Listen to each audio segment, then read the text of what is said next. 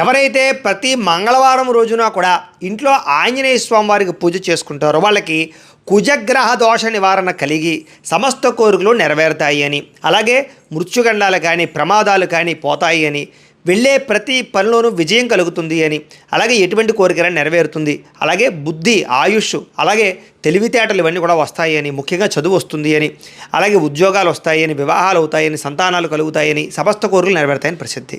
అయితే మంగళవారం రోజున ఆంజనేయ స్వామి వారికి ఇంట్లో ఎలా పూజ చేసుకోవాలో దానికి సంబంధించినటువంటి పూర్తి పూజా విధానాన్ని అంతటిని కూడా మీకు వీడియోగా తయారు చేసి దానికి సంబంధించినటువంటి పూర్తి వీడియో లింకు ఇక్కడ చూడండి. తెలుగులో మీకు మంగళవారం ఆంజనేయ స్వామి వారి పూజా విధానం అని తెలుగులో కనపడుతుంది చూసారా.